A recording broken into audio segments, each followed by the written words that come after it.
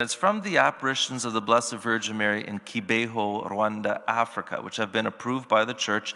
The Blessed Virgin Mary began to appear to 3 high school students in a boarding school for girls. And at first, hardly anyone believed the girls, especially the priests and the nuns who were teaching. And there's one story. This is of Marie Claire, one of the visionaries. It's about a priest at the high school who didn't believe any of the girls' stories. He called them a pack of liars and wanted the 3 of them kicked out of the school. But Marie Claire approached the priest with a message she said had been given to her to pass along to him.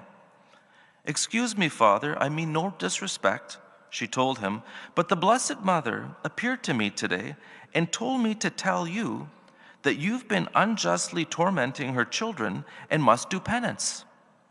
She wants you to kneel down tonight, hold your arms open to God, and pray your rosary 3 times.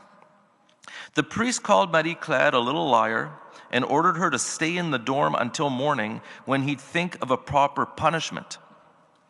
But that night he decided to play it safe, just in case the visionaries were authentic, and because he didn't see any harm in some extra praying. So he locked himself in his room, drew the curtain so no one could see him, knelt on the floor, and spread his arms wide with the rosary, exactly as Marie Claire said the Virgin had requested. Then when he finished, he put the rosary into his nightstand and placed some books and magazines on top of it before closing the drawer. The next morning, the priest summoned Marie Claire to his office to rebuke her once again.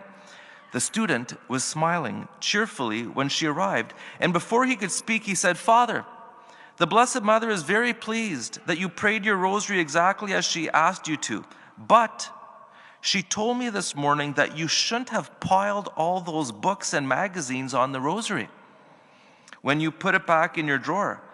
She says to keep it with you at all times and pray with it every day."